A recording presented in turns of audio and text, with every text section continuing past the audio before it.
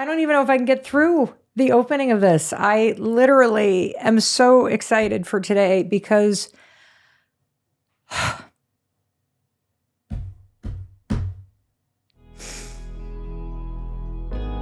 over and over and over again, living a good life is about the things that are right in front of you that you're not seeing. Yeah. What's the strongest predictor of who's going to be healthy and happy at age 80 when we look at age 50? And when we looked, it wasn't their cholesterol levels. It was how happy they were in their relationships. As we get older, the reality that life is short, that it's limited, rather than making us depressed, it actually makes us happier because what we do is we start savoring life. We start paying attention to what's really important. Hey, it's Mel, and I got a question for you. What does it mean to live a good life? You know, you and I can get so caught up in the stupid things that you forget one of the biggest and most important aspects of your life. That at some point it's going to be over. Will you have lived a good life? You and I are so busy trying to get to the next thing, to make a certain amount of money, drive a certain kind of car, get a certain number of followers, look a certain way, have certain things. But is that really what creates a good life? When you lay on your deathbed and you look back on your life, did you live a good life? Well, today, you and I are not only going to consider that question, you're also going to learn the secrets to living a good life from an 86-year-long study at Harvard. It is the longest study that has ever been done on happiness, relationships, and the human experience. Wherever it is that you're listening from, no matter how young or old you are, or how much money you have in the bank, what you will learn today will inspire you to live a good life. You guys are always asking me, what is my favorite recipe to cook? Let me show you. My favorite thing to cook up, really cool thing for you. I have a brand new training for you. It's called Make It Happen. 2-part video training, free workbook. Why? Because I love you. I love cooking up ways to inspire and empower you. And this year's training is all about execution. It covers science, neuroscience, principles in physics, all designed to help you not only make a plan, but execute. Because let's face it, you can cook up ideas in your head, but unless you actually take action, nothing is going to happen. So let me help you. Last year, 500,000 people took my free training. This year, it's going to be close to 1 million. Do not miss out on the opportunity to create the life that you love and cook up something really awesome. Let me help you make it happen. Just go to melrobbins.com/makeithappen and you are in. Hey, it's Mel, and I'm so glad you tuned in today. Holy cow, I already feel myself getting emotional. I don't know why I'm so moved by what we're about to talk about because we haven't even had the conversation yet. We're answering the question, what makes a good life? Whew, I need to take a deep breath because the tears are already rolling down my face. And I'm so moved because I know that this is the most important conversation that you could have. And I want you to really slow down and pay attention to what you're about to hear, because this really matters. Everything that you are going to learn today is based on the single longest study ever done on happiness. The study began at Harvard in 1938. The study is on its 86th year.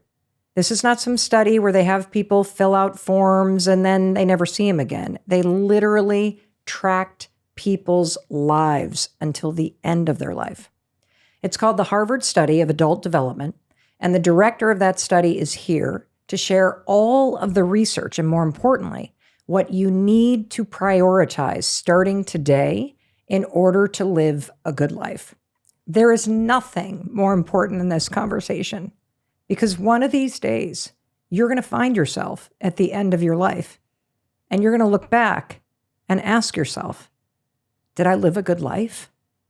And it is my hope that your answer is yes, that you're proud of yourself, that you're surrounded by people that you love, that you use the time that you had to really enjoy your life. It is an absolute honor to introduce you to Dr. Robert Waldinger. He's the director of the Harvard Study of Adult Development. He's also a psychiatrist, a professor at Harvard Medical School, and a Zen priest. He's the author of the amazing book and the international bestseller, The Good Life. And he is here to share all of the research, the secrets, and some very surprising takeaways. And I am certain that by the time you're done listening, your life will not be the same.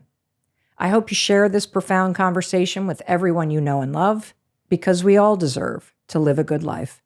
So please help me welcome Dr. Robert Waldinger to the Mel Robbins podcast. I'm so glad to be here. Have you ever had anybody else cry during the opening? Not during the opening, no. For me, it means so much because you get what we're doing and you get why it matters. Like, that you really get it. And it's like, wow, what could be better for somebody who just wrote a book, really, if you think about it. So thank you. Thank you for getting choked up. You're welcome. I mean, I didn't do it. I literally am just so moved by what you're doing, and I really mean it. Thank you. I guess I spent so much of my life causing myself a lot of unnecessary heartache. Yeah. And it's because I didn't know any better. And you're not alone. I mean, so many of us, myself included, caused so much heartache just by what we imagined was true that wasn't really true about life. True. And also chasing the wrong things. And I just know that this really matters. And so let's talk about first this study so that the person listening has context for why this study is so important, how it is different, and the impact that it can make on their life. So can you just tell us about the study? Sure. First of all, nobody would ever have dreamed when the study began that we would still be going today. It started in 1938, and it started with two groups of young men first, Harvard College undergraduates, so a very privileged group, and boys from Boston's poorest and most disadvantaged families, a very underprivileged group. And then eventually we expanded to spouses, we expanded to children. But initially, it was a study of thriving. The question was, what helps people make that transition from adolescence into young adulthood on good developmental paths? Mm-hmm. And of course, with Harvard undergraduates, we think, well, they've got their lives all set up. They're privileged. But with the inner city boys, and they were on average about 12 when they entered the study, the question was, how do some children from really disadvantaged homes manage to stay on good developmental paths and grow up into healthy, happy adults? So both groups were studied with the question of what helps us thrive. And how did the study work? So you started in 1938. You've got a group of two very different people, right? Or that's the assumption, because they come from very different backgrounds. And how did the study actually work? Well, the Harvard group consisted of 268 young men, and the inner city group, 456. We started with medical exams, psychological interviews. We went to their homes and talked to their parents and sometimes their grandparents. And the workers made notes about disciplinary style in the home and even what was being served for dinner in 1938. And then they were followed all the way through adolescence into adulthood. Some famous people, John F. Kennedy was part of the Harvard group. Ben Bradley, who was the longtime editor of the Washington Post. The Boston Strangler was part of the inner city group. But most people were not famous. They weren't infamous. They were just living their lives. And then how did you follow them? Because it didn't end with just this sort of one series of interviews. No, and most studies do end that way. Or most studies that try to follow people over time stop before 10 years are up because too many people drop out. So this study followed people year after year with questionnaires. How's your life going? Interviews every 10 years where we went to their homes and sat down with them and talked about their lives, medical exams, getting their medical records from their doctors. And then, and this is the coolest thing, eventually we brought in new techniques. So we studied the same big things like, physical health, mental health, work life, relationships, but we started bringing in new techniques as science developed them. So now we draw blood for DNA and messenger RNA. Those things weren't even imagined in 1938. We put people into the MRI scanner and look at their brains and how they light up when we show them different images. Again, people would have thought this was like something from outer space. If we had told you in 1938, we could put you in a scanner and look inside at your brain. So it's a really exciting way to see how we can bring in the new tools of science to look at the same questions about well-being. What is the biggest takeaway from this 86-year-long study? The biggest takeaway is that the people who live the longest, stay the healthiest, and are the happiest are the people who have more relationships with other people and warmer relationships with other people. That the people who literally saw more people in a given week, the people who felt happier with their relationships actually lived years longer and they stayed healthier. They didn't develop the diseases of aging as soon, if they developed them at all, compared to people who were more isolated, who didn't care about relationships. What was the most surprising? The surprise was not that relationships keep us happier, because sure, if we have warmer relationships, we're going to be happier. The surprise was that they keep us physically healthier. So how could relationships get into the body and shape our physiology so that good relationships make it less likely that we'll get coronary artery disease? They make it less likely that we'll get type 2 diabetes. How is that even possible? So in the last 10 years, that's what we've been studying in our laboratory. How is it possible? Well, it turns out, so the best hypothesis we have with good data is that it has to do with stress, that relationships are stress regulators. So if you think about it, we're stressed at different times all day long, right? Like I might leave here and an hour from now, something really stressful might happen. And I can literally feel my body rev up. My heart rate revs up. My breathing gets faster, all that, right? Yep. The fight or flight response. What we know is that if I can go home and talk to somebody, if I can call somebody on the phone or talk to someone at home, I can literally feel my body calm down. And that's what the body's meant to do. So it's good that the body gets all revved up in response to stressors, to meet a stressor. But then it's meant to calm down. And what we think happens when we don't have good relationships is that we stay in a kind of low level fight or flight mode where we have higher levels of circulating stress hormones, higher levels of white blood cells ready to fight off danger, and that those things gradually break down multiple systems in the body over time. One of the things that I thought was really interesting was that in the study that you could determine and predict who was going to be healthy at the age of 80 based on certain things you could see in the present. Can you tell us about that? Yeah. So we had studied everybody out to age 80, Yep. and we thought, okay, we have all this information about them year after year after year. Let's look back at them in middle age. So we picked 50. Okay. Let's look back at everything we know about them and say, what are the strongest predictors? Since we know what they look like at age 80, what's the strongest predictor of who's going to be healthy and happy at age 80 when we look at age 50? And when we looked, it wasn't their cholesterol levels. It was how happy they were in their relationships. Initially, we didn't believe it. We reanalyzed the data because we said this can't be true. And then Other studies of different groups of people began to find the same thing. And that's how you know you have a scientific truth. Not when one study, even our study, shows something. It's when many studies point to the same thing. So, Dr. Waldinger, can you talk directly to the person listening?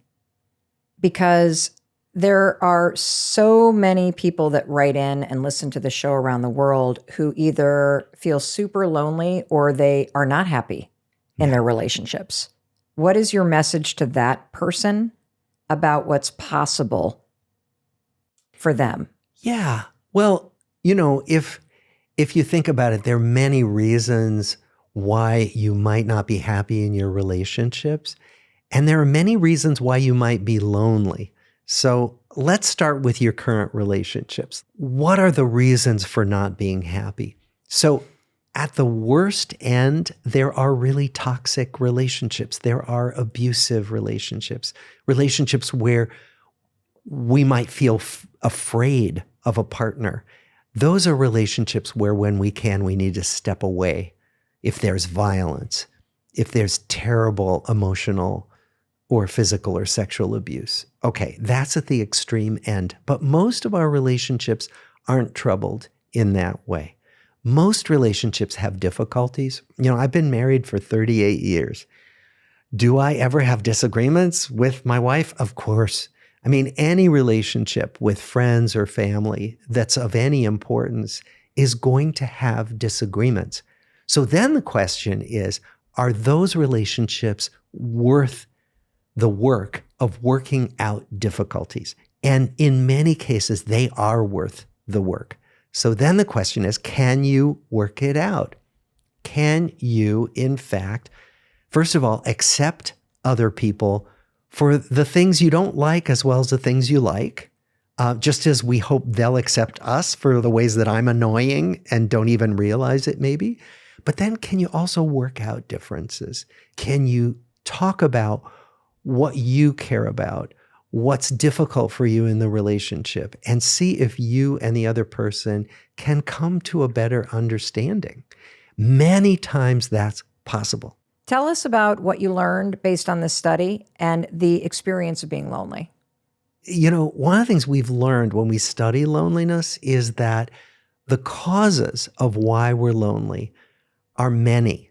And so again, the first step is to think about, why do I feel lonely? So remember, loneliness is that experience of feeling less connected to other people than I want to be. So I could be lonely in my marriage. I could be lonely in a crowd. It doesn't necessarily mean being alone on a mountaintop. Can I just stop you right there? Because I think I just got something. I just probably 5 years ago was struggling profoundly with loneliness. I was extraordinarily busy, but I felt very disconnected from my husband, Chris. I felt like I never saw my friends. I didn't feel connected to the community that I lived in. Yeah. And even though I was surrounded by people all the time and on planes, at work, even standing in the kitchen with my husband, Chris, I felt this deep sense of disconnection. But I read it as something is wrong with me, as just this sort of indictment that I've done something. And the way that you just said it, I had this little epiphany where I was like, oh, wait a minute. What if when you feel lonely, it's just like a signal, sort of like hunger or thirst, that there's something that you want? There's nothing wrong with you other than the fact that you need human connection. You need this feeling of belonging in your relationships.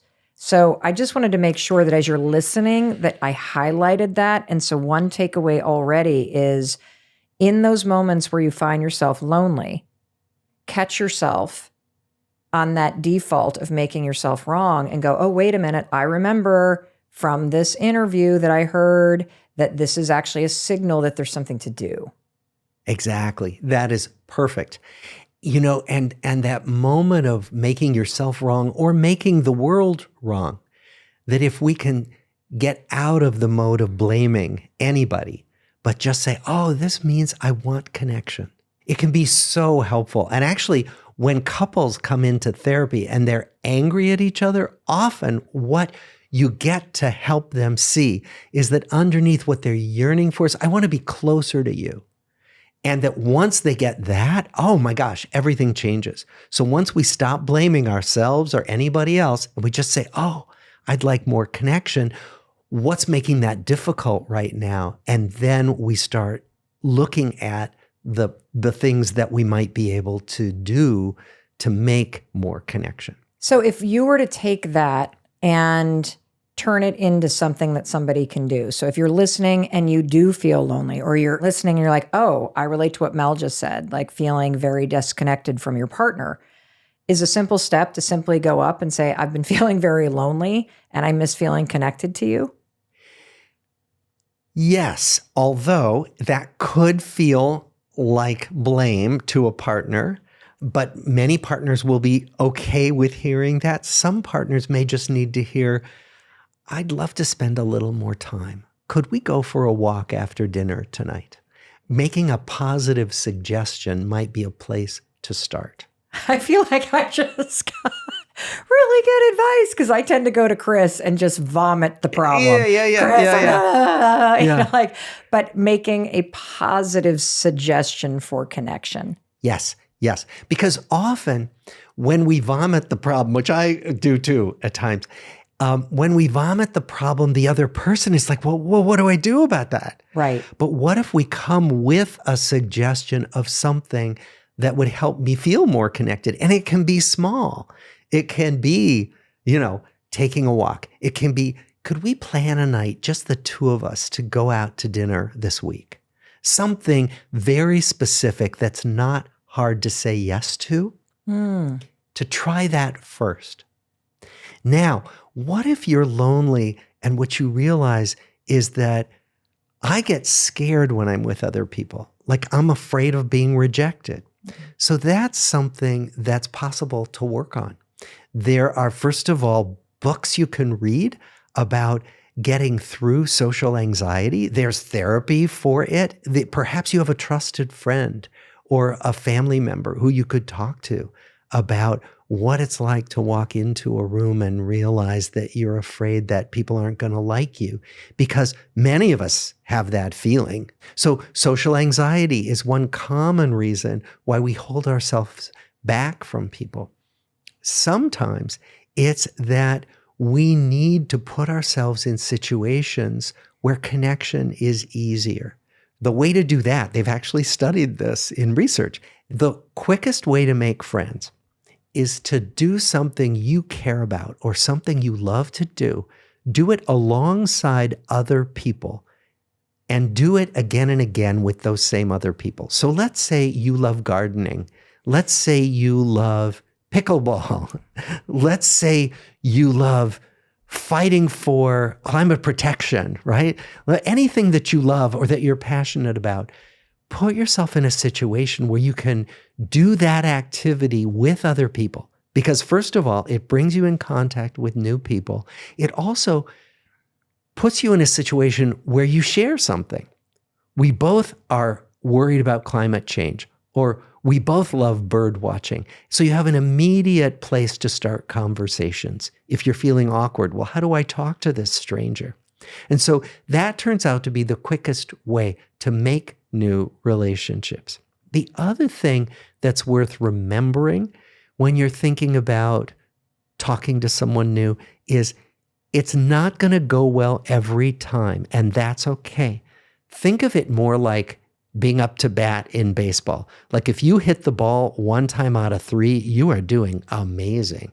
And chances are you're going to get a friendly response from a stranger many more times than 1 out of 3. Most of the time, people are going to be kind to you and going to respond well. But don't worry if somebody doesn't. It might mean that they're just having a bad day or they're not in the mood to talk. So remind yourself that it's okay to try multiple times to talk to new people, and that sometimes it's going to go well. You did a mini Harvard study on your own life. Yeah. And I would love to have you walk us through how you do that for yourself. Okay, what we called the mini Harvard study was noticing how my view of my life changes as I get older, as I go through different phases of life. Okay. Why is that important? Why is it important? Because I used to imagine that once I got into my 20s, okay, I was supposed to find a profession and I was supposed to find a partner and I had my friends and I was done. And I wasn't really going to change very much. And I would just go through my life and then die. And of course, we know that doesn't happen. But it's very important to remind ourselves of how much life changes and how much we change. So the mini Harvard study is just go find a photograph of yourself, maybe when you're half as old as you are now. Look at that photograph and ask yourself, what did life look like to me when I was that age? What was important to me? And how is it different now? How is it the same? What's important to me now that has always been important? But what has changed? And what you'll see is how we all grow and change as we go through life, and that's not only okay, that's absolutely essential. So I got a photo of myself. I am 27 years old in this photo. This was the day, if you're watching on YouTube, you can see it. If you're listening, it's a photo of Chris and I hours literally after we had just gotten engaged. And this is kind of halfway through life. And so what are the questions that I'm asking myself? So the question is, what did life look like to you then? What was most important to you then? I felt like I had my whole life ahead of me. And I was building a life with Chris. And I guess what was important to me then was just him and making money. Yeah. Like that was the focus. Like, how am I paying my rent? Because I was a public defender working for legal aid in New York City. Yeah. And it was very hard to pay my bills in New York City on $19,000 a year. And so I just was maniacally focused on making money and what is my next career move and how does Chris feel about me? And that was the focus in life. Okay, perfect. Now? What's most important to you now as you look at your life? Oh boy. So much. I mean, if I had to boil it down, it would be relationships. It would be my relationship with Chris, the people I work with, our children, our friends, family.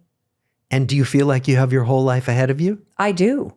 I really do. Like, I think one of the things that has happened for me is that there was a gripping when I was 26 years old. Everything felt like life or death. And that might have been because I had no idea how much childhood trauma had impacted me. I was still profoundly struggling with anxiety. So I lived in a very fight or flight space. And I had not discovered the life-changing impact of really working on your inside life and settling your nervous system. And, you know, the way that I would put it is I was really obsessed with the curtains on the window, what things looked like, how expensive they were, like how does it look compared to everybody else's? And I had no idea how to enjoy the view. Yeah. Well, and that is exactly what happens to most of us. As a species, we get more appreciative of the view. Right? We get less worried about what the curtains look like, and we look beyond to, oh my gosh, the world is so beautiful. The world is so full of richness. Yeah. Right? Because I was so obsessed with the stuff on the surface, right? Like the outside stuff. I'm using the curtains as a metaphor, but the car that you drive, the amount of money that you make, the friend group that you're in, how much you weigh, what you look like, where you're buying a house, like all that stuff on the outside, that it fueled a lot of insecurity. And I didn't know what to do with it. And so when I think about where I'm at now, I am so focused on enjoying the view. And I really do believe that the best years of my life are ahead of me. Yes. That there are people that I will meet in the future that will be some of my most important relationships and friends that I haven't met yet. Yes, yes. Now, one thing I want to say is that when you opened this podcast, you reminded our listeners, we're all going to die. Life is going to end. And what we think happens, there's good research on this, is that as we get older, the reality that life is short, that it's limited, rather than making us depressed, it actually makes us happier because what we do is we start savoring life. We start paying attention to what's really important. You know, the curtains, the brand of my car, not so important as, you know, am I good to my family? Am I doing things that mean something to me in my life, right? And so what happens is we shed some of the things that when we put them next to the fact that life is short, they sort of fall away, that we realize they're just not that important. So, Dr. Waldinger, based on this study, what do we get wrong about happiness? Well, we get wrong all the things that the culture tells us will make us happy. So the culture says, if you buy this make of car, you're going to be happy, you're going to be cooler. If you serve this brand of pasta to your family dinners are going to be blissful, right? That's the message of the pasta ad we see on TV. If you use this face cream, you're never going to get old. You're certainly never going to look old, right? We're sold all these messages about what will make us happy. If you achieve a lot at work, people come to me saying, I feel terrible because I'm not a billionaire yet. And when I ask the question, well, what's the $1 billion going to be for? Many of them are wide-eyed. They're like deer in the headlights. Well, I don't know. I just feel like I need to become a billionaire. So we're given these messages that this is what's important, when it turns out that those things don't actually make us happy, but they are measurable. They're like badges of achievement. And so we want those badges. It's sort of like our watches can tell us, okay, you've done 10,000 steps today. Right. Is that really what matters, what my watch says? Or is what really matters how my body feels when I move? Right? Yeah. And so what we want is to get beyond the badges of achievement to the substance of our life. Why do we go after all of this wealth and all of the stuff when I think deep down we all kind of know it's not the answer, but we can't help ourselves from chasing it? You know what I mean? Yeah. Well, because it looks like something we could get and then be done. That if I get there, then I'm going to be happy. Right? If that $1 billion, when I reach that $1 billion mark, then I'm going to be happy. What turns out is that life isn't like that. You know, when we say life is a journey, it can sound like a cliche, but it's not. Life is an ongoing process of change. What that means is we're never done. Our relationships are never done. Our happiness is never constant. We're going to move from being more happy to less happy, back to more happy. That's the truth of life, even though what we wish for is a final resting place where it's never difficult again. That doesn't exist.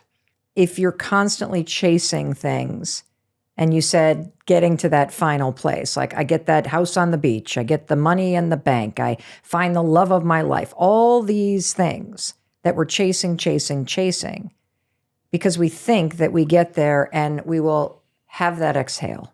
And we'll feel what we want to feel. Yeah. How do you counsel people, especially based on what you've seen in this study, to wrestle with that, though?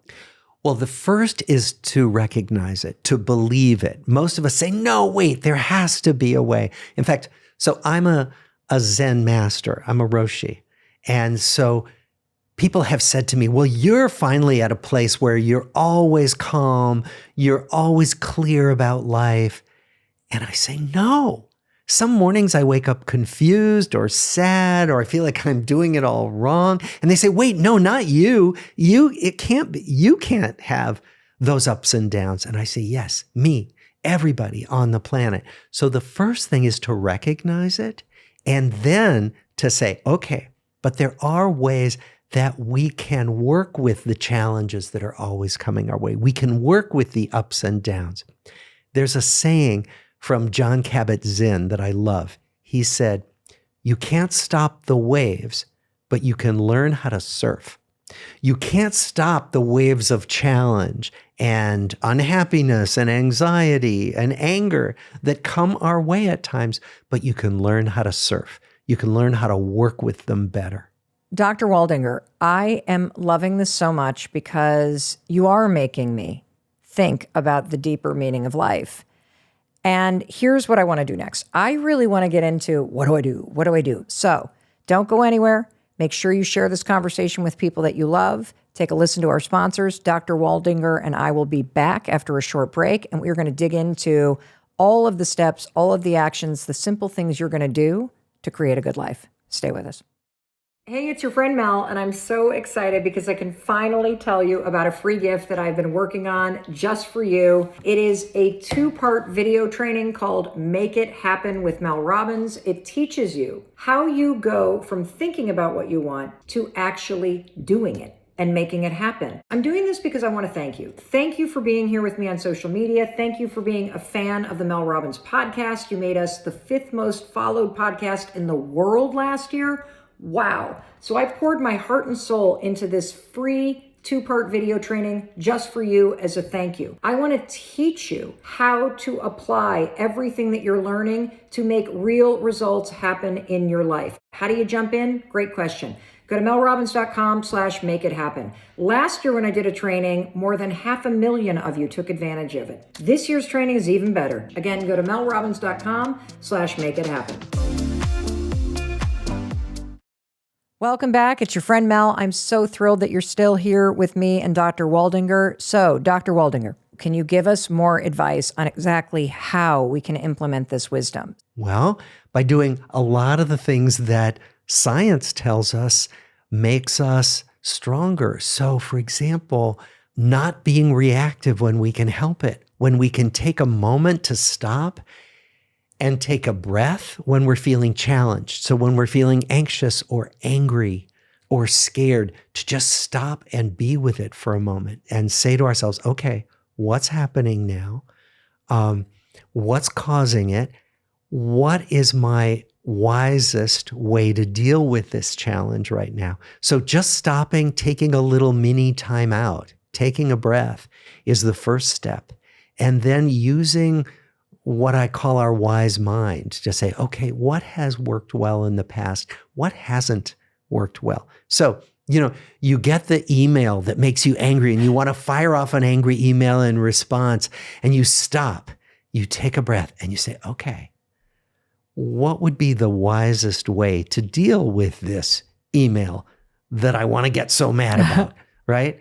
And sometimes I'm going to sleep on this. I'm going to wait till tomorrow morning and see how it looks to me tomorrow morning. Now, sometimes we don't have that time to step back, but most of the time we do.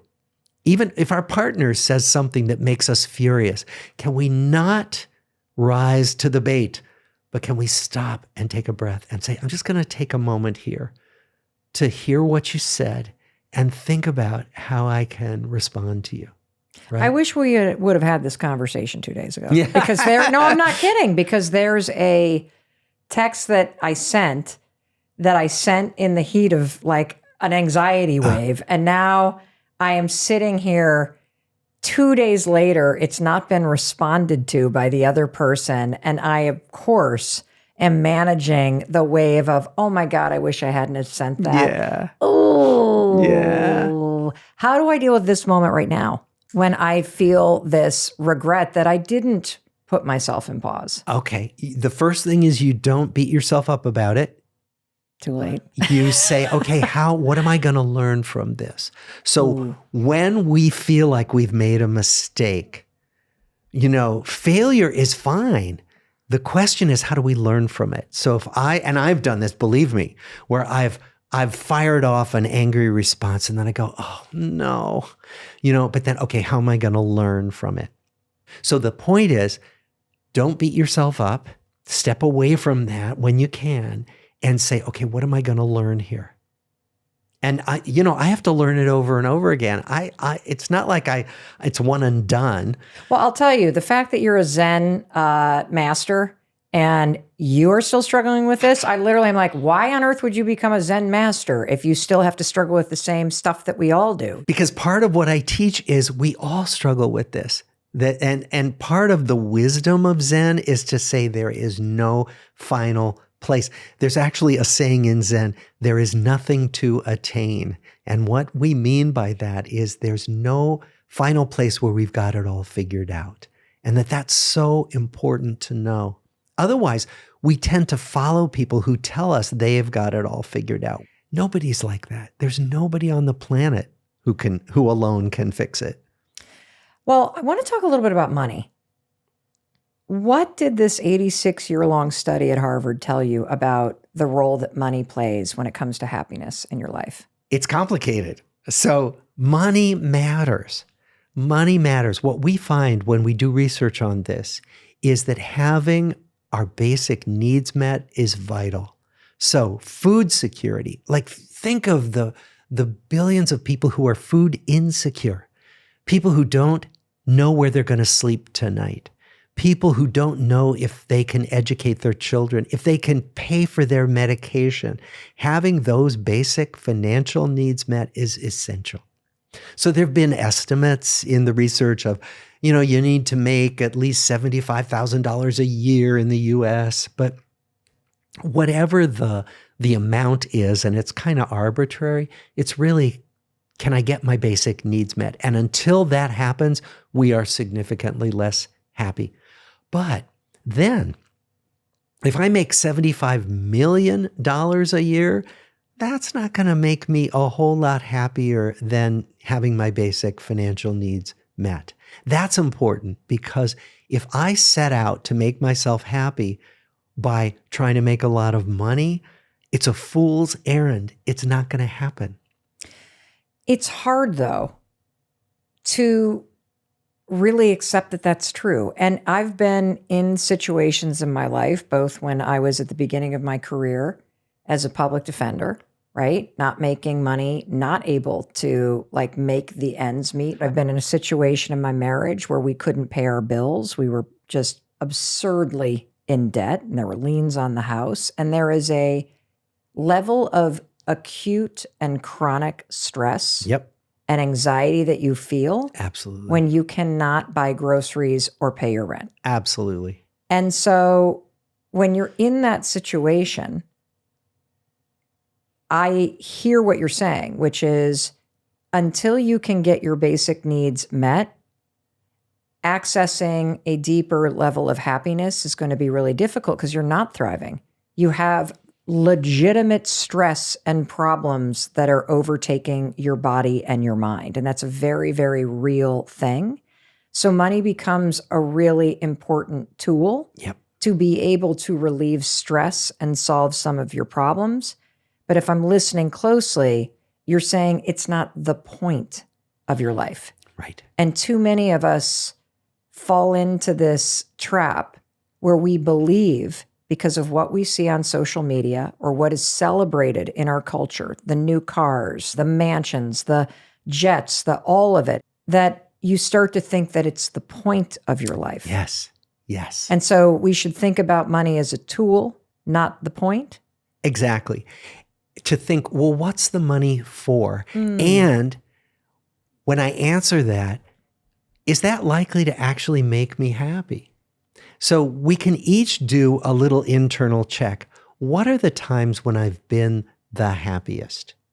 Was it actually when I had that new car?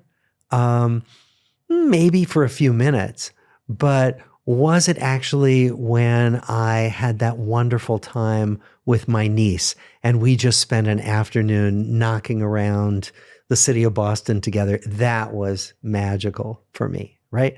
So what I know when I check in with myself is that the times that I'm happiest are having experiences with people I care about, doing things I care about, that they don't happen to be the things that money can buy. But if I were making $19,000 a year in New York City, darn right, money matters hugely. And you're absolutely right that it's a level of stress that prevents us from being happy until we have those needs met. That was a great question that you asked us to contemplate. And so I want to ask you as you're listening to just stop and think back on your life right now. And if you think about times where you are the happiest, what's interesting is I reflect on that question. It is 1000% when I am out doing something with other people. Yeah. It is being, for me anyway, outside. We're hiking, we're sitting and watching the sunset. We are out working in the yard. We're exploring some new area, and it's with other people and these experiences. And so I suppose if you can even just switch your perspective and think about money as a tool to help create more of those connections and experiences with other people, you have a completely different lens on it. Exactly. And they've actually studied this. They actually studied like what makes us happier, paying for material things with our extra money or paying for experiences. And what they find is that paying for experiences, whether it's, going to a national park, tickets to a basketball game, going to a museum, whatever it might be, that makes us happier, and it makes us happier for longer than buying a physical object. Awesome. Awesome. So let's talk about comparison. How does comparing where you are in life to somebody else impact your happiness? There's a quote from Teddy Roosevelt that I love. He said, "Comparison is the thief of joy." And what we find when we study this is that people who compare themselves to other people more often, day to day, in a given day, you are less happy. And the people who don't compare themselves as much feel better about life and better about themselves. How the heck do we stop? Isn't it human nature to compare yourself to somebody else? It is human nature, but there are situations that pull for comparison and there are situations that don't. And by pull, you mean it is triggering you to do it? It makes us compare. Gotcha. Okay. Like we almost can't help it. Yes. Okay, so what pulls for comparison? Doom scrolling through social media pulls for comparison. When I look at other people's curated lives, other people's photos of beautiful meals or great vacations, and I compare it to my own mundane life of driving through traffic, I think, I'm not living my best life. Everybody else has it figured out, right? Right. So social media, if we consume it passively, pulls for comparison. But what about gardening? Right? What about bird watching? It doesn't really make us want to compare. It's just, oh my gosh, that's so amazing. What would you say, though, to a 20-year-old that's listening to this? Because we have a huge range of listeners, and there's tons of families that share episodes back and forth, moms and dads sending to sons and daughters and vice versa. And so what would you say to the 20-year-old? Because the second that you said bird watching and gardening, which I'm going on an owl walking date with my husband, like a tour with a local thing in our community on Sunday. And I love it. And I can't wait. But if you had said bird watching and gardening to me, forget it. When I was in my 20s, I'd be like, delete, not listening to this anymore. So what do you say to somebody in their 20s who has grown up with a phone in their hand? Yeah. Who is now in a generation and in a life experience where everybody's outside life is on display, and it makes you feel terrible on the inside about where you are? And what I would say is make sure you're spending a lot of time in real life, a lot of time away from your phone, or at least with your phone in your pocket, never taking it out, with people in activities that you love. So what are the activities that you love? Is it playing basketball? It could be just hanging out with your friends doing nothing. I actually heard a story today on NPR about how video games can put some people into a state of flow where they're just in it. They're just like doing the game. Yeah. And they're not thinking about, they're not comparing themselves. They're just trying to get better at this game.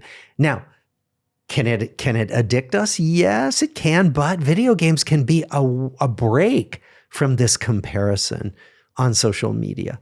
So there are all kinds of ways to find those places in your life where you're just in an activity that you love, that you're engaged in. On that note on video games, I think this is a really important experience to share, is that I think they're very different than your kid or your loved one scrolling on social media, because the social media and the surfing is passive and video game playing is very active. And I remember when our son started getting super into video games, my husband and I would be in the kitchen arguing, because I was a big gamer when Atari came out and played video games all the time. And so I'm defending our son, like, he doesn't need to be outside. Like, he loves it. He's really good at it. Well, there's nothing wrong with gaming. I know you didn't game. And I remember having this huge epiphany once where I went to check in on him one afternoon and he had a headset on and there were 7 of his friends playing. Yeah. And he wasn't alone. He was not only in a state of flow, doing something very active with his mind and solving problems and doing all this stuff, but he was talking to his friends as they were all playing this game together.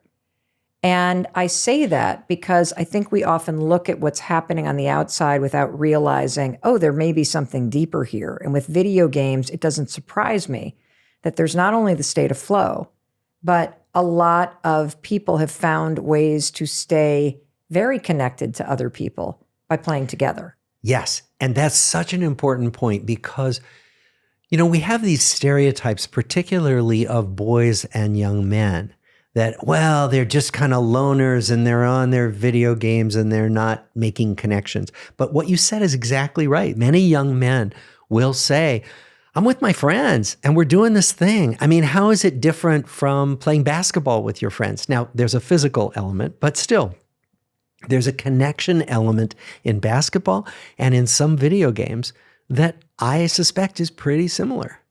When you look at the research from this 86-year-long study, what did the participants say at the end of their life?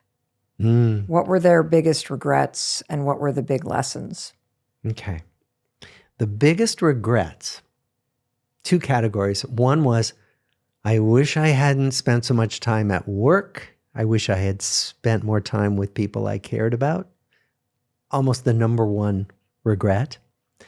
And then the other regret, and this came more from women than from men, was I wish I hadn't worried so much about what other people thought. And so those are the 2 big regrets. The things that people were proudest of were not their achievements. And many people had achieved a lot. It was people. It was, I was a good mentor. I was a good partner. I was a good parent.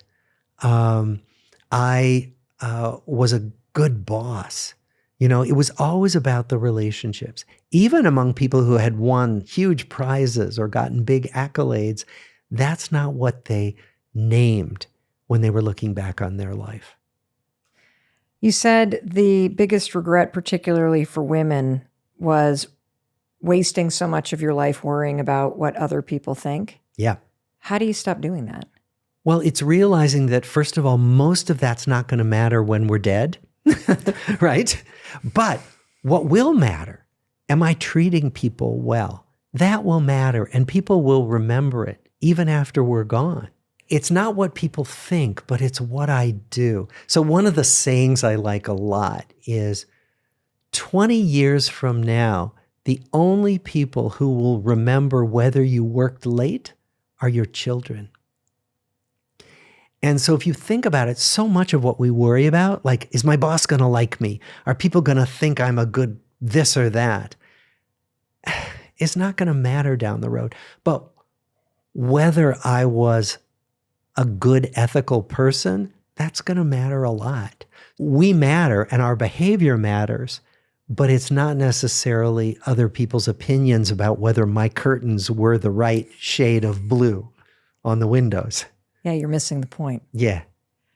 So you said at the very beginning that the single biggest takeaway from this 86-year-long study on adult development at Harvard is that a good life is made from good relationships. So let's focus on what makes for good relationships. And let's start with, what kind of relationships do you need in order to have a good life? Yeah. Okay. So there's a kind of bedrock relationship type that everybody needs, which is who has my back? So we asked our study members at one point, who could you call in the middle of the night if you were sick or scared? And most people could list, several people in their life. Some people couldn't list anybody. And some of those people were even married and they didn't list their spouse. Wow. Right? So we think that everybody needs one person. In my world, we call it a secure attachment to another person, where you feel like if I'm in trouble, that person would be there for me. We've talked about it on this podcast as your 4 a.m. friend. Yeah.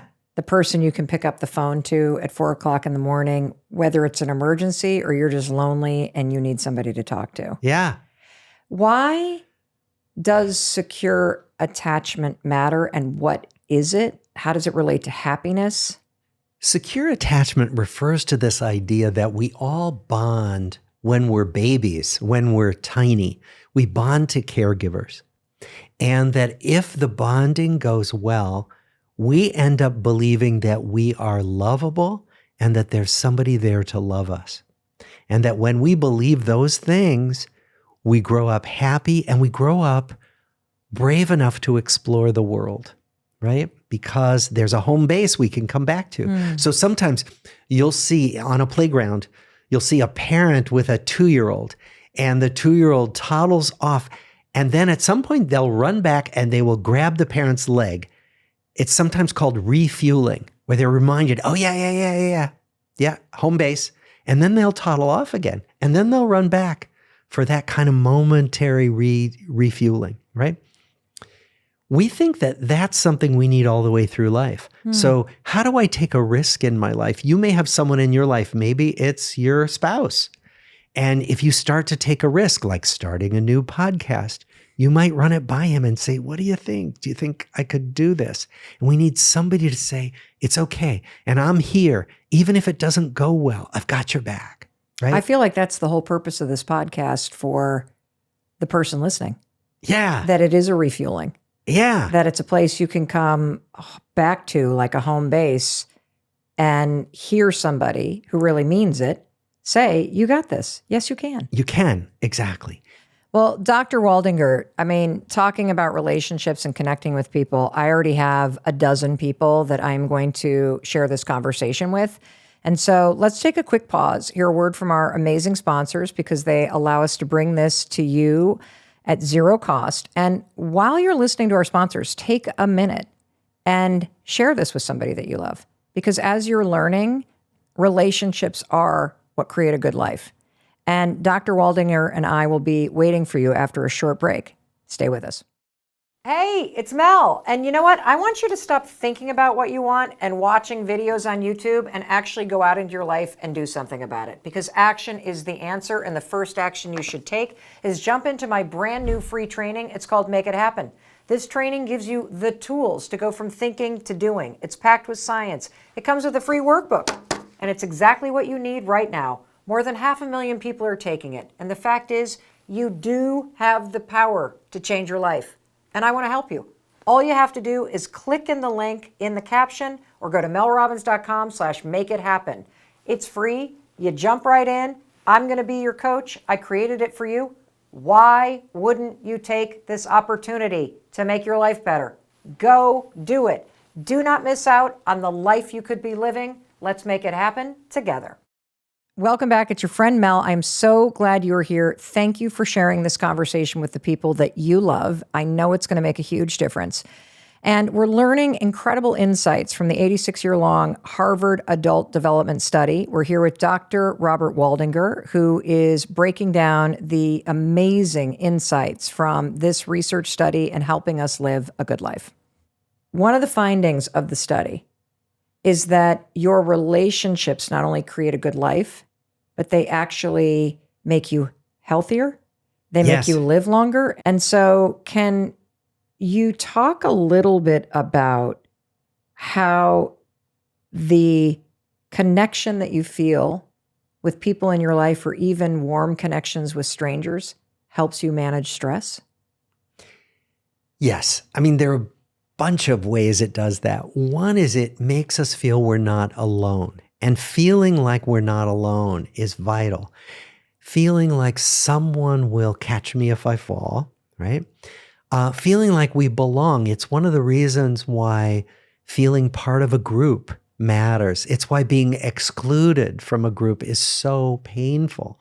We need to feel like we belong to feel good about ourselves. So even the small interactions we have, like when you go into the coffee shop and you have a nice exchange with the barista who makes you, your latte, is that moment of connection where, how's your day going? And sometimes people will actually tell you how their day, they'll really tell you, not just on automatic pilot. And that helps us feel like we're with someone else and we belong and we're seen by someone else. Can you talk a little bit, based on the research, of why these small moments and these small conversations, even with a stranger throughout the week, really are an important part of living a good life? What we know is that those conversations with strangers, again, help us feel connected, help us feel affirmed. They did an experiment in Chicago where there are a lot of commuters on the Chicago commuter rail system, and they assigned some people to do what they normally did on their commute, which is to look at their phones or read a book or whatever, listen to music.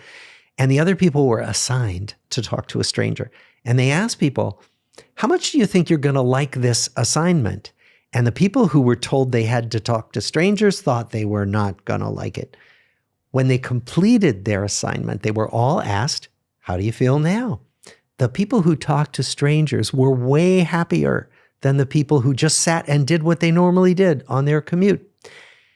And it seems that the connections we make are energizing much more often than not. That yes, sometimes we can get into a conversation we don't like, but more often than not, it's like, oh, it's nice. It's nice to say hello to you. It's nice to complain about the weather together.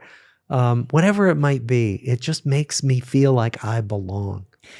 This is something that I have always done. I always said it was because I grew up in the Midwest, just very friendly. I just am always talking to people. I'm always saying hello to people. I'm the person that gets onto an elevator. We're staying at a hotel and there was this big electrical conference there. And so we get into the elevator yesterday. It's probably 7:30 in the morning. It is full of, just imagine a group of 7 electrical contractors. Okay. Yeah. Like, get that picture in your mind. They're all kind of standing there quiet. I'm like, hey guys, what's up? And first silence. Like, who is this? Yeah. And I'm like, how's the conference? And they're like, oh, and then one guy starts to talk. Yeah. And then all of a sudden, like popcorn popping. Next thing you know, is we're going down the 17 floors, we're chatting it up, and I'm recommending the almond croissant at the bakery and the cafe. And so I love that. And I realize that it's not even about being extroverted, because I'm really more of somebody, I'm realizing, who's more ambiverted.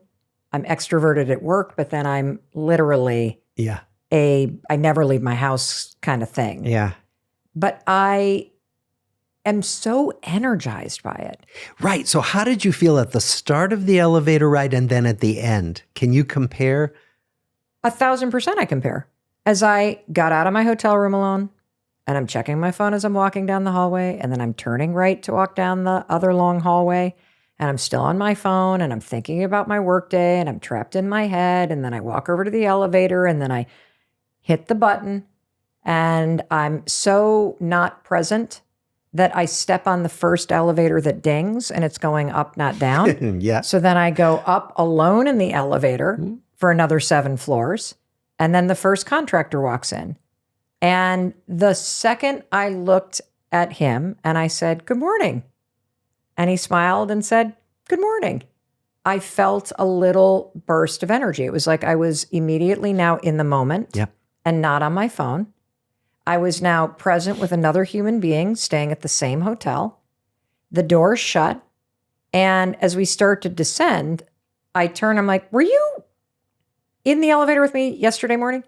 And he kind of laughed and he's like, I don't think so. And I'm like, well, you probably would have remembered it because I was yapping with everybody in the elevator. But there was somebody in there and then the doors open and now we're talking.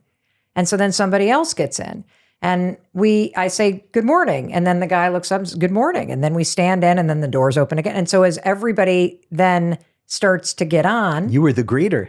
Yes. But the energy in the elevator shifted. Nobody was on their phone. Yeah. And we didn't solve the world's problems. Yeah.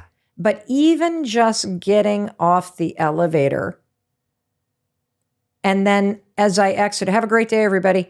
And, a couple people, hey, you too, kind of thing. I was present. I felt a little less alone. I felt a lift of life force energy from other people. Yep. It shifted my mood and it changed the day. And what you've developed is a habit of doing that. Yes. And what is worth pointing out is that it's a habit we can develop, that even though it's a little awkward at first, if you just keep doing it, it'll become second nature. But I had to develop the habit. Yeah. And I think it's really important to note something, that this is really important because you underestimate how big of a difference it makes in your life. Yeah. And I'd like to offer one other example of how you can do this, because I know that for a lot of people, striking up a conversation or making small talk feels either scary or trivial, and it's not. And what I've noticed about making this a habit of creating what you in the research have found are, quote, warm connections and these small social, day-to-day interactions, is that I notice that I would rather feel the way that I felt when I got off the elevator this morning at the hotel, having just chatted and saying good morning to people in the elevator. I'd rather feel that tiny little buzz and lift in my mood than the way that I feel when I'm standing there lonely, looking at my phone, waiting for time to pass by. That I have realized that I have a choice about the experience in my day-to-day life that I can create for myself. And so another way to do this is you probably go to a coffee shop most weeks and simply complimenting somebody either on their nails or the shirt they're wearing or how good the coffee looks. And then after doing that 3 or 4 days in a row saying, do you mind me asking what your first name is? I feel like I come in here every day. I see you. I don't even I'd like to just, I'm Mel. Yes. And then here's a pro tip. When you turn around after you say their name, write their name in your contacts in the notes under the entry for the coffee shop. And as you pull in tomorrow morning, if you're like me, you will forget that Evan is the dude that is at the coffee shop at the hotel I stay at all the time in Boston. I now know his name. He knows my order. Yeah. Because I use this and I refresh my memory the first couple times. So when I walk up, I'm like, oh, it's Evan, right? Oh, I'm Mel. It's great to see you again. That small thing, as crazy as it sounds, it makes me less lonely. Absolutely. And it makes the other person feel seen. Evan feels like you see him. You're not just like doing some transactional thing. It's like, I see you and I'm glad we're here together. And here's the other piece, if I could take it to an even more profound level. Like every one of us wants to create more meaning in life. And you want to feel like you have discovered this deeper sense of purpose. And I will go to my grave knowing that I feel that my life is more meaningful and I am experiencing it at a deeper level simply because of this one habit of forcing myself to create these warm, simple connections and conversations with strangers as I go about my day. It's almost like being tethered to a mooring. Yeah. That keeps you present in life, that keeps you able to kind of ride the waves and locate a sense of energy and goodness as you go about your days, no matter where you are. Yes. And one of the things I would add is that we can't always do it every time. So sometimes you're going to be in a bad mood, or you're going to be really preoccupied with something, and you're not going to be able to reach out, to get outside of your own head and do just what you're describing. It's okay if we can't do it every time. Yes. Do it when you can. Well, I find that sometimes those small things take less energy than trying to refuel with a deeper conversation from somebody else. Yeah.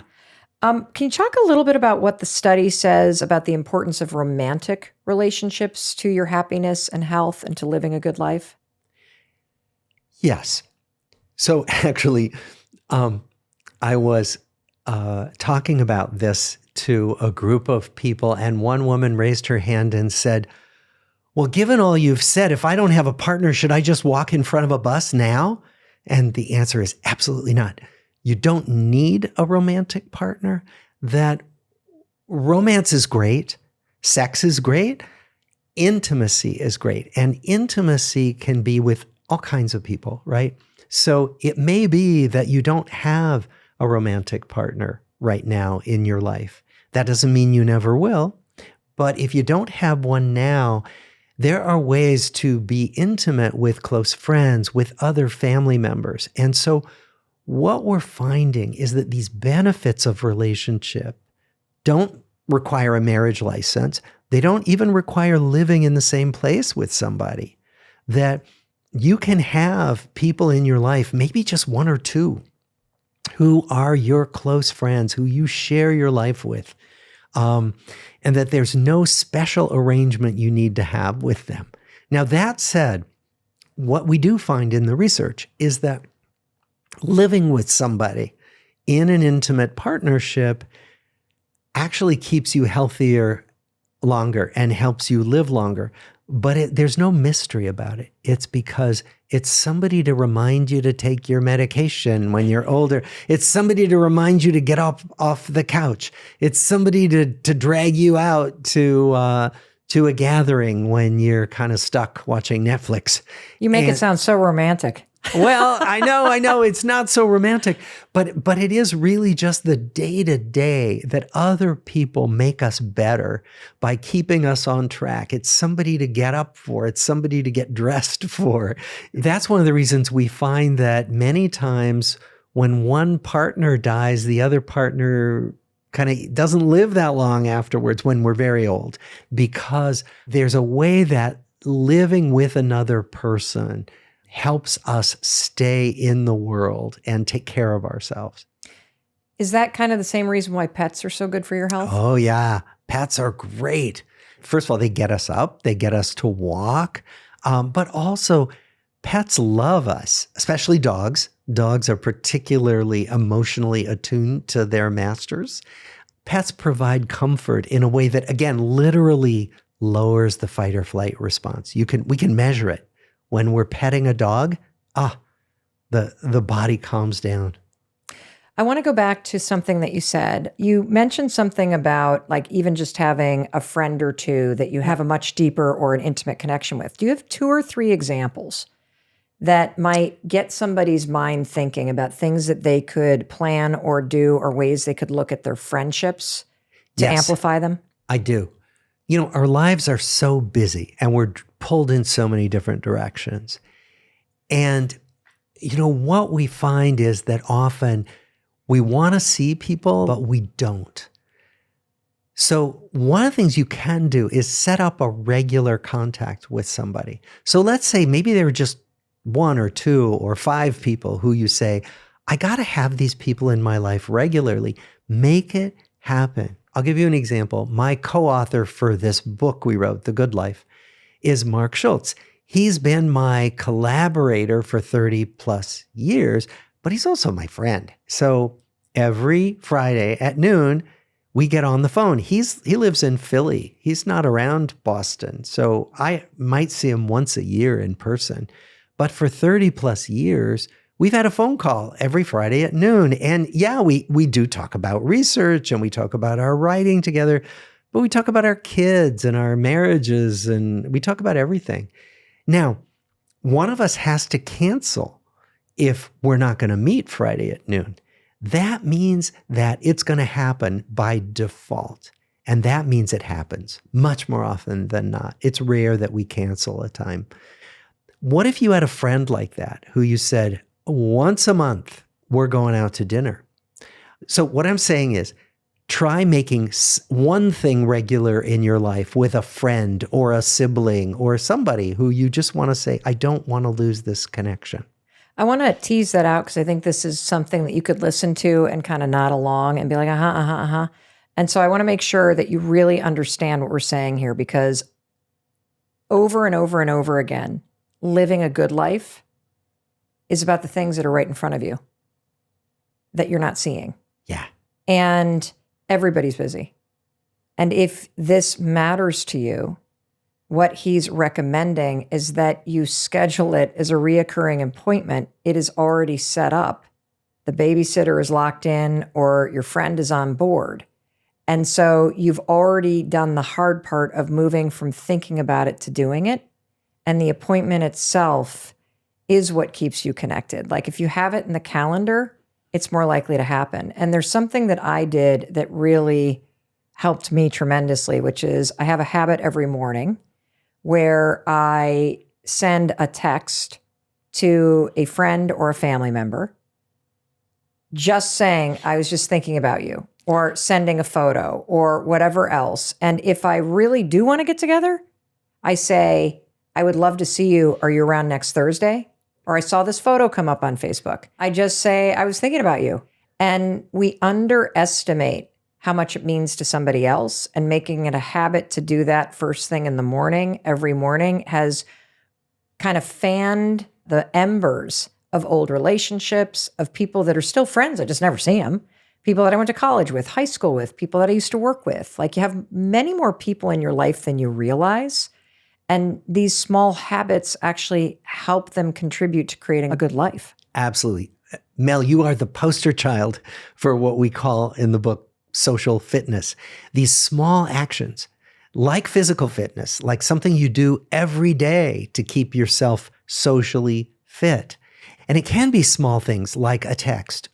It could be, somebody with a long commute, like you say, well, I can't add anything to my time. Well, if you have a hands-free phone in your car, use your commute time to talk to somebody instead of, listening to music or listening to the news. Reach out to somebody. There are all kinds of ways you can add to your life without having to add so much time that you are more stressed. Did the study give you any guidance on what makes for a good friendship? Yes, several things. One is what we call authenticity. And all that means is I feel I can be myself with this person. Like, I don't have to put on any kind of act. I don't have to hide big parts of who I am with this person. That sense of just being able to show up as yourself means a huge amount in terms of the comfort with which you can be together. The other thing that makes a good relationship is curiosity. So if you think about it, especially with long relationships, we think, well, I know this person. I know what they're going to say. I know how they're going to react. Bringing curiosity, even to long-standing relationships, can be so good. Like one of my meditation teachers actually taught me this first. He said, your job when you go sit down on your cushion now for the 1000th time, as you meditate, is to ask yourself, what's here that I have never noticed before? So what if you're sitting across from your friend at the coffee shop and you ask yourself, what's here that I've never noticed before? And just bring curiosity even to the relationships that you think are routine, mundane, like the back of your hand. What's interesting that I just thought about is that if you think about your own life and you go back to like half the age that you are, looking backwards, you realize how much you've grown, how much you've changed, how different of a person you are. And yet we don't give that same perspective to the people in our life. Like your mom has gone through the exact same amount of growth, even though the habits on the outside look the same. Your partner is a totally different human being. Yes. Even though they look the same to you. Your friends have had so many things happen in their life that have changed who they are and what they care about. And yet you still show up and talk about the same old sports team and how are the kids. Yeah. And there's something so much deeper going on. Yes. To notice how somebody has changed can make someone feel so seen and understood. Do you have a good question? Like, how would you advise us if, you're sitting here listening to this and you're considering everything and you're thinking about the just treasure that is right in front of your face with the people that are already in your life? How do you lean in without sounding like some weird cheese ball that's just listened to a podcast episode and now you're like, so, have you thought about how much you've changed in the last half decade? I'm curious, like, what's a way to broach this with somebody? Yeah. Well, one thing we could do is notice change.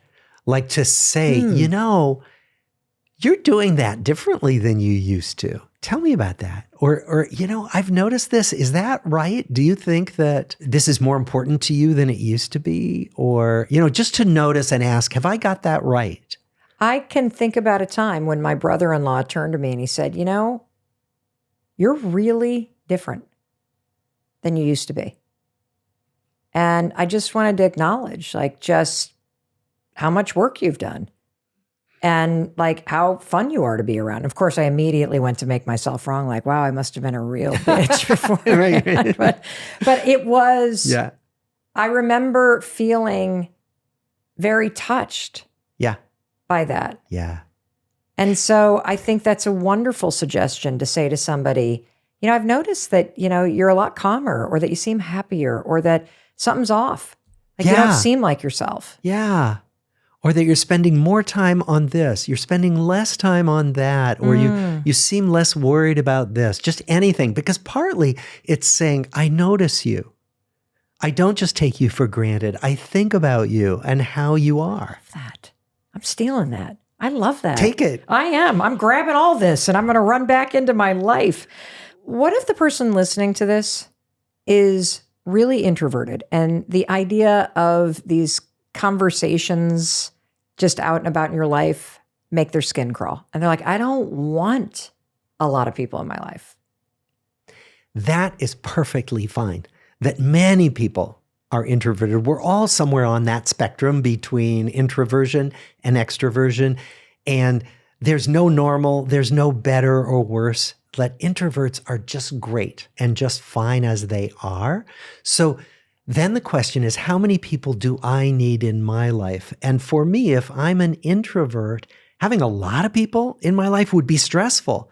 It would be one of those stressors in my life. So instead, focus on the one or two people who you want to invest in and who help you feel good in your life. Don't worry about the fact that there are other people out there who are party animals and getting their energy from lots of people. What does the study say about raising kids? What's important to focus on? Wow.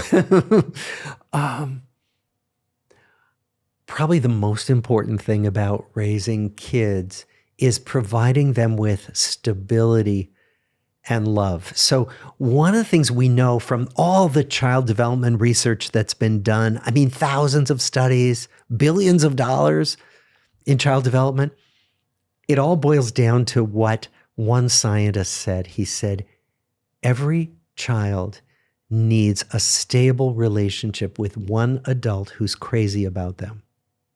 And so if not crazy, not an adult who's crazy, who just loves them, who just loves them. And that doesn't mean affirms everything they do. It doesn't mean praise everything. It means you just love them and you're stable and you're there. They know they can count on you.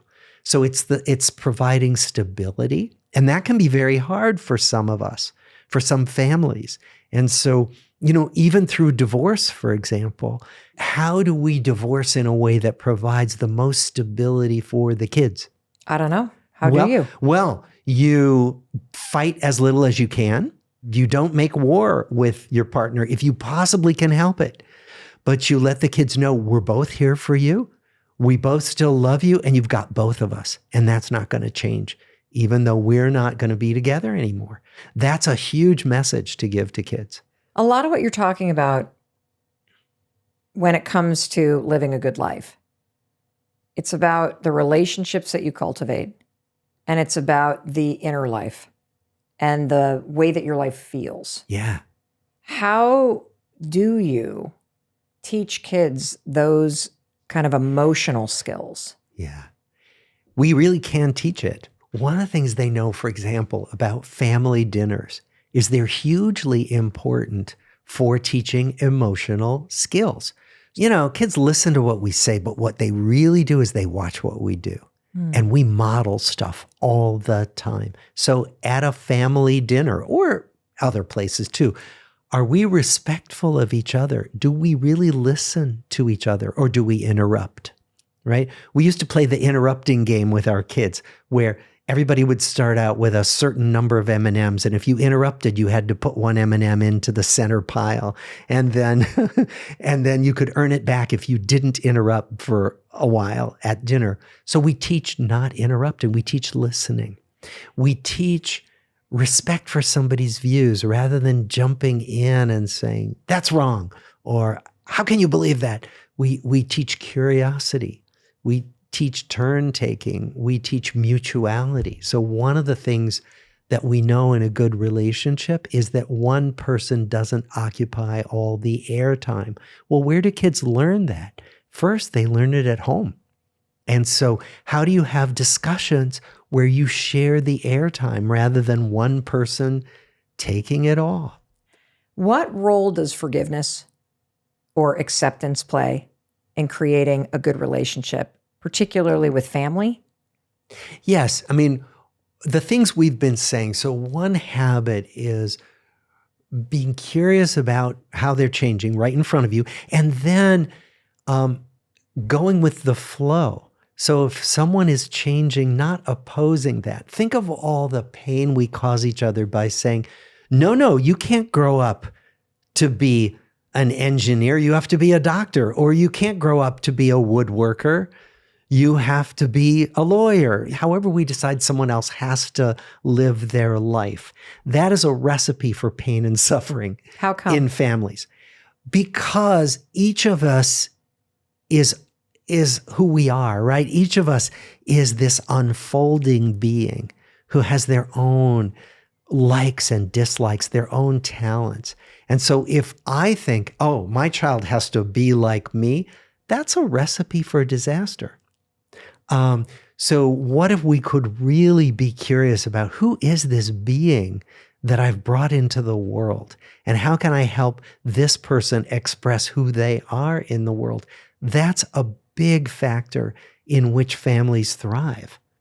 When you look at couples and this innate desire that we have to either change or control them. Yeah. And you just mentioned that one of the amazing things that you can do for someone is to step aside and not interrupt the flow of them changing. I was just curious, what do you think the balance is between the nudging, get off the couch, we got to take a walk, you've been sitting at your desk all day, and stepping in and trying to control somebody? I'm going to quote a famous Zen teacher who told his monks, "You're perfect just as you are, and you could use a little improvement." So it's this kind of paradox that, yes, we want to accept each other and we want to help each other be better, right? So it is a little of both. Like, we don't want to just accept kids and let them do whatever they want, because they'll be heathens. They won't learn to function in the world. They're also not adults yet. They're not adults yet. They're not able to choose for themselves. We can't say to the toddler, sure, go out and play in the street if you want to. No.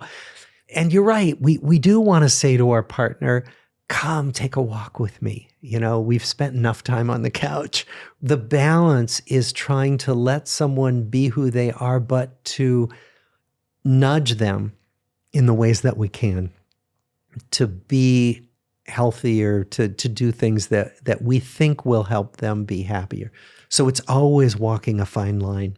Is there any strategy based on the research that works better than others? Because I think, especially as you age and you see somebody's health decline and you want them to take better care of themselves, did anything emerge from this study that's like, obviously pressuring isn't going to work, but is there something that you can do in terms of how you show up that makes it more likely or triggers intrinsic motivation for somebody else to want to do that work to improve themselves? Yeah. First of all, let people learn from life. Don't shield them from the consequences of what they choose. If somebody says, well, I don't really want to get a job. Oh, okay. Well, so how are you going to pay your rent? There are lots of things we can do to help people meet the challenges of life by not shielding them from the challenges of life. That matters. You know, this often happens in the realm of addiction with loved ones, that we have to let people deal with the pain of losing a job, of losing a partner, because they're not present, because they're addicted to some substance. That we don't try to run in and make it all better. We let people, when we can, face the real world consequences of the choices they make and hopefully learn from them, because that's how we all learn. Beautiful. In chapter 5, there was this really interesting statistic about the fact that we spend half the time thinking about something else rather than being in the present moment. Yes. Can you talk a little bit about the importance of your attention? Yes.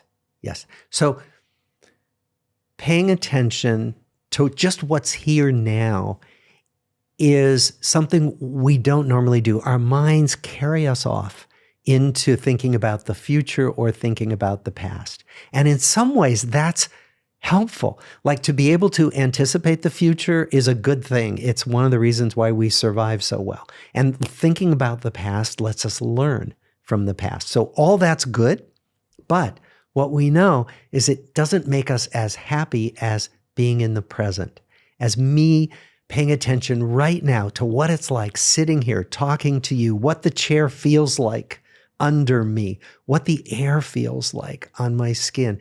That all of that, when I can let myself be present for it, actually makes me feel more alive.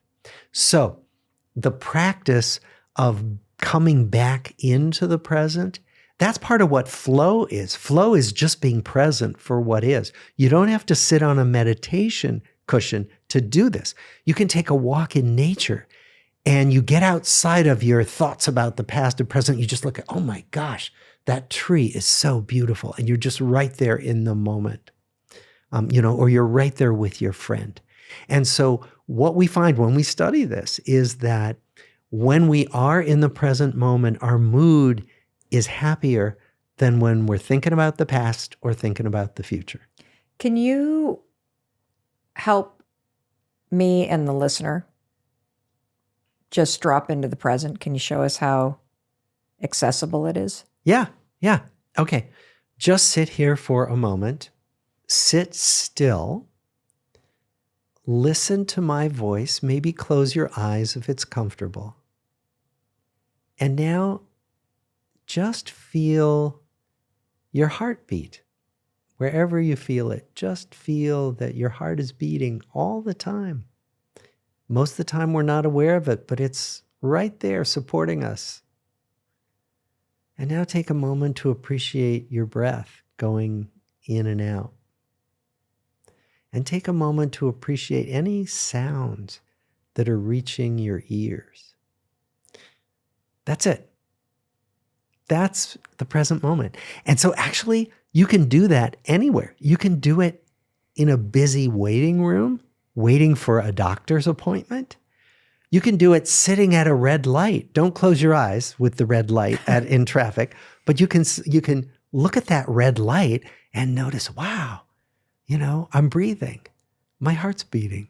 You can do this at any moment, and dropping into the present moment just allows us to take a break from the swirl of automatic pilot of our automatic thoughts. How has this study impacted your life? Oh, a lot. Um, at a certain point, I realized, okay, I'm a Harvard professor. I could work 24/7. I mean, I could be writing papers, editing, applying for grant money. And especially once my kids left home and they weren't there to pull me away and say, Dad, let's do this or drive me here. And I realized that I could work all the time and not have any friends.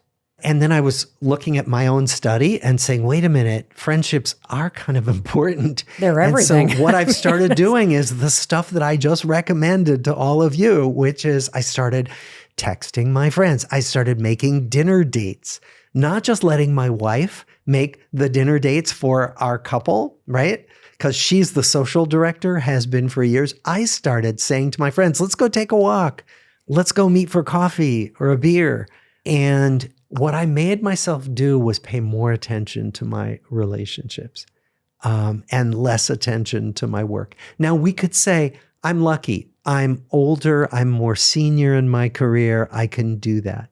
But what I would say is that even when we're younger and we're under all those pressures of making a living and making a career and supporting my family, that we can still make sure we keep in as our North Star connections, including at work, because you can do this at work. You can make more friends at work so that there are people you care more about showing up for each day. Well, between the age of 20 and 60, the people you work with are who you spend most of your time with day to day. So I think it's really a huge part of living a good life. Exactly. So I love to always end by having you speak directly to the person who's listening. So if you could just talk to the person listening about all the things that you've learned about living a good life, what would you want them to know? I would say invest in the people who you care about and invest in the things that you care about. And if you keep your eye on those things, those are the most likely to make you feel like your life is good. And then when you're in doubt about what to do, make kindness your default setting. So if you're in doubt, should I do this or should I do that? Think to yourself, well, what would be the kinder thing to do? And do that. Dr. Robert Waldinger, thank you so much for being here with us. I have been so looking forward to this. You did not disappoint. I have a million people I want to text now. Yeah. And I also am really excited about the curiosity piece and understanding that everybody around me has changed so much. And leaning into it and noticing it is going to help me live a good life. And to you, I want to thank you for spending time with us today. And in case nobody else tells you, I wanted to be sure to tell you that I love you, I believe in you, and I believe in your ability to take everything that you learned today, and I hope you do. I hope you take what you learned and you put it into action in your day-to-day life, because if you do, you will look back when your life is near its end, and you will be able to say, I lived a good life. Alrighty, I'll talk to you in a few days. And to you on YouTube, I just wanted to take a minute and say thank you. Thank you for being a part of my life. Thank you for watching and subscribing to this channel. Thank you for sharing these episodes with the people that you love. And this one in particular, it is so important. It is so profound. I mean, this is what life is about after all. And so thank you for taking the time to send this link to people that you care about. And in case no one else tells you, I wanted to be sure to tell you that I love you and I believe in you. And I believe in your ability to take everything that you learned today and to use it to create good relationships and to live a good life. And one thing that is going to help you put this into action is this next video, which is all about happiness. And you're going to love it because I'm going to walk you through an exercise that is going to help you get deeply personal about what happiness really means to you.